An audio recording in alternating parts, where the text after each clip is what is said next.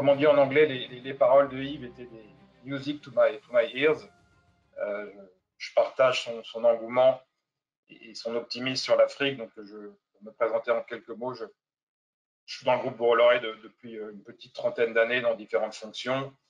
J'étais auparavant en charge du réseau d'agences maritimes et de manutention sur l'Afrique. Donc, je suis actuellement député CEO pour la partie logistique, toujours sur l'Afrique. Donc, j'ai pu être le témoin et j'espère un acteur de la transformation et de l'évolution du continent. Donc, de participer au développement de notre association sur les nouveaux chapters que l'on verra un peu plus tard et suivre les traces de nos aînés, comme on dit en Afrique, marocains, de nos grands frères, qui nous permettra de partager leur expérience et leur sagesse. Et ce sont des vertus qui sont reconnues et très chères au continent africain. Donc voilà en quelques mots. Alors je rappelle le thème de cette intervention, qui sont les grands enjeux logistiques et supply chain de l'Afrique. Donc bien évidemment, c'est un vaste domaine. Donc je me permets pas de paraphraser, mais de compléter peut-être ce qu'a dit en introduction sur la topographie de ce continent. Donc, comme l'a dit Yves, c'est un continent de plus de 30 millions de kilomètres carrés, c'est-à-dire que c'est 50 fois la France. Vous y mettez 3 fois la Chine ou les États-Unis. Donc, cette approche globale, quand on entend de dire, voilà, l'Afrique, c'est un peu ridicule et réducteur. 54 pays, ce qui en fait un des continents en termes de globalité géographique sur lequel il y a le plus de nombre de pays, bien entendu avec autant de frontières, on en reviendra un peu plus tard. Donc c'est 1,3 milliard d'habitants, 1,2 milliard, 1,3 milliard selon les chiffres, donc c'est pratiquement entre 17 et 20% de la population mondiale. Donc Yves nous a donné des éléments d'évolution de cette population. Elle a été aussi augmentée par 5 depuis les années 50. Donc dans les années 50, c'était entre 250 et 300 millions. Donc voilà, avec un potentiel, je dirais, de ressources humaines incroyables, différents langages, donc le français, l'anglais, le portugais, l'espagnol, sans compter les centaines de dialectes, qui ont fait une diversité incroyable. Quant aux richesses naturelles, c'est pas à répéter, mais quand on lit les différentes parutions économiques, c'est des richesses incroyables en termes de mines, en termes de pétrole, de gaz, sur le Mozambique, des développements en Égypte, en Afrique du Sud, etc. Bien évidemment, les richesses agricoles. Donc, je rappelle quand même que, en termes de cacao, quand on mange notre bon chocolat, on apprécie tous. Donc, la Côte d'Ivoire est le premier producteur mondial, le Ghana le deuxième producteur mondial. Je crois que la noix de cajou va devenir, la Côte d'Ivoire sur la noix de cajou va devenir le premier exportateur mondial. Donc, sans parler des richesses océaniques au niveau de la pêche, dans le triangle, je dirais, des Bermudes, le triangle doré entre la Mauritanie, le Sénégal, le Cap-Vert, Madagascar. Donc, ce sont des richesses qui sont, je dirais, qui font rêver. Mais une fois qu'on a cité ces atouts, l'Afrique ne représente que 3% du commerce mondial. Donc, je rappelle, 17% de la population, le plus grand continent, mais que 3% du commerce mondial. Donc, alors, on pourrait se poser des questions en disant, bon, c'est dû à une fatalité, c'est dû à l'histoire. Bon, je pense que, sans vouloir donner trop de cours magistral, mais que la majorité des économies africaines est encore trop peu tournée vers la transformation. Donc, on le voit bien, je veux dire, dans chaque instant, quand on ouvre notre télé, on parle du devenir du franc CFA, est-ce que c'est bien, est-ce que c'est pas bien, la litanie sur le manque d'infrastructures, globalement, comme l'a dit Yann, les risques liés à la sécurité dans certaines zones, le coût du financement, qui reste très élevé par rapport à d'autres zones émergentes, donc qui handicapent quand même d'une manière importante les investissements lourds.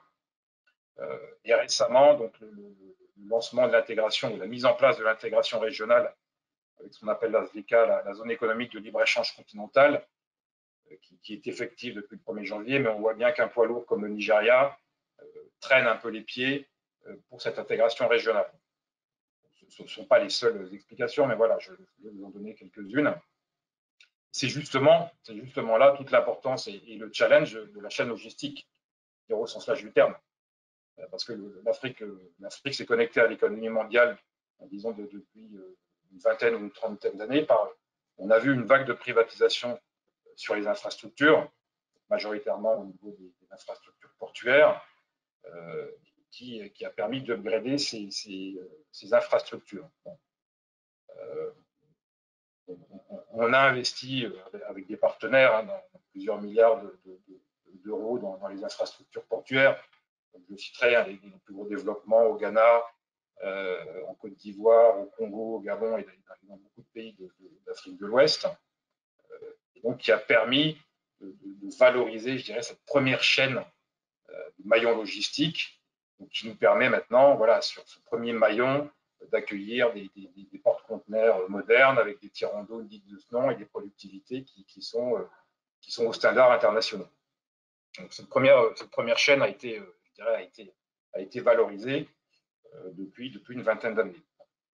Malheureusement, on voit que au niveau intra-régional, en termes de connectivité, on voit encore que les infrastructures sont inadéquates, principalement au niveau des connexions routières, connexions fluviales qui sont pratiquement inexistantes, les connexions ferroviaires qui nécessitent des investissements colossaux, et donc par ces difficultés de financement qui avancent, je dirais, à mon sens, trop lentement.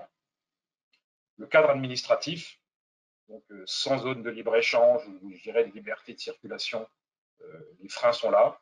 Les freins sont là en termes de frontières, les freins sont là en termes de douane, les freins sont là en termes de, je dirais, d'administration. Donc les flux s'en trouvent, je dirais, restreints. Voilà, donc ça sont trois éléments qui sont importants. Et ça montre, quand on regarde un petit peu quelques chiffres, que l'Afrique est pratiquement absente des échanges de produits intermédiaires, c'est-à-dire transformés de produits finis. Donc, ces produits, ça représente plus de 2/3 du commerce mondial. Donc voilà, donc, il faut que sortir de ces matières premières qui font la richesse de l'Afrique et quelquefois qui sont source de problèmes parce que bien souvent aux mains des traders, aux mains de grosses sociétés de production qui alimentent leur usine principalement en Asie et de plus en plus. Donc il faut se tourner vers la création d'une chaîne de valeur. Donc en termes de fragmentation des échanges, je rappelle ce continent qui est énorme. Les échanges interafricains, même si on voit que le Maroc se développe de plus en plus, l'Afrique du Sud, les gros piliers de l'Afrique, la Côte d'Ivoire, ça ne représente que 10% du commerce de la zone africaine. Les échanges interafricains sont très peu développés. Je vous rappelle qu'en Europe, notre business intra-européen, c'est 70%. En Asie, c'est plus de 50%. Donc, il y a une marge de progression, je dirais, sur ce marché panafricain qui est énorme. Donc, ça se met peu à peu en place, mais il y a un potentiel de croissance pour la chaîne logistique qui est énorme. Donc, il n'y a plus uniquement les grands flux asiatiques qui ont pris le pas sur les trades européens classiques, parce qu'on voit de plus en plus que les trades avec l'Afrique se font avec l'Asie, au détriment de l'Europe, par rapport à des situations historiques qu'on pouvait connaître. Donc, cette partie interafricaine, intra-interafricaine, à mon sens, est un facteur très important. Et la chaîne logistique joue tout son rôle dans ce développement. Voilà. Donc les échanges intra-régionaux pour la chaîne logistique vont devenir de plus en plus importants. Voilà. Ensuite, ces zones de libre-échange, ces zones d'Afrique de l'Est, d'Afrique du Nord, d'Afrique de l'Ouest, on voit que c'est indispensable que ces zones se créent pour réduire les coûts, je dirais, des barrières tarifaires qui sont mises à l'entrée et aux connexions interafricaines.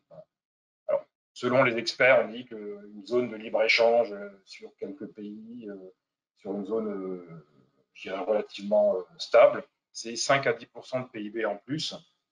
Et donc, il faut absolument qu'on arrive à créer ces zones qui sont sur le papier mises en place, mais sur lesquelles les guichets uniques ne sont pas encore tout totalement opérationnel, si je puis dire. Il y a des conflits. Le Nigeria a fermé ses frontières avec le Bénin pendant pratiquement une année. Donc voilà, donc on se heurte encore à ce genre de problème.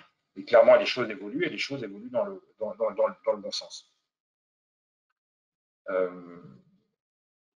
Je pense que la zone de libre-échange sur l'Afrique de l'Ouest permettra à cette chaîne logistique de se développer. Donc, les sociétés françaises connaissent bien l'Afrique de l'Ouest parce que c'est pour des raisons historiques.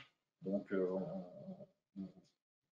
niveau du groupe Bolloré, dans la supply chain, au niveau de l'entreposage et la distribution, on a la chance de travailler avec des sociétés comme, dans le désordre, hein, comme Total, Canal+, CFAO, L'Oréal, Danone.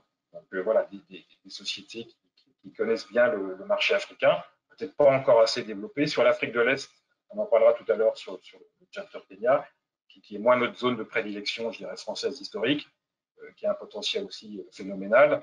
Donc des opportunités sont là, la concurrence n'est pas la même, mais le marché est tout aussi important. Voilà, donc pour résumer donc les grands enjeux logistiques de ce continent, c'est clairement de développer, continuer de développer les infrastructures de transport et leur connectivité, parce qu'on a développé les ports, donc maintenant il reste à développer les connexions, les corridors, par du fluvial, par du ferroviaire, et qui nécessitent une application lourde, je dirais, des États et des organismes internationaux pour le financement. Ces créations de zones de libre-échange qui doivent devenir maintenant effectives. Donc ça, c'est la condition sine qua non pour cette circulation fluide qu'on connaît en Europe, même si nos amis britanniques ont décidé de vivre leur vie. Et on le voit bien, je veux dire, c'est un exemple frappant. Les Anglais sortent, vous avez 10 ou 15 km de bouchons à Calais. Donc ce sont des choses simples que les gens ne voient pas, parce que pour la plupart des gens, le transport, c'est acquis, et on ne se pose pas la question. Mais l'Afrique a ce challenge à relever. Et comme l'a cité Yann aussi, c'est une localisation, je ne dirais pas une relocalisation, mais une localisation d'industrie de transformation, d'industrialisation, et qui justement, avec la montée en puissance de ces capacités de production, de produits finis, de tout range, hein, il n'y a pas de sectarisation, ça nous permettra de mettre des hubs régionaux.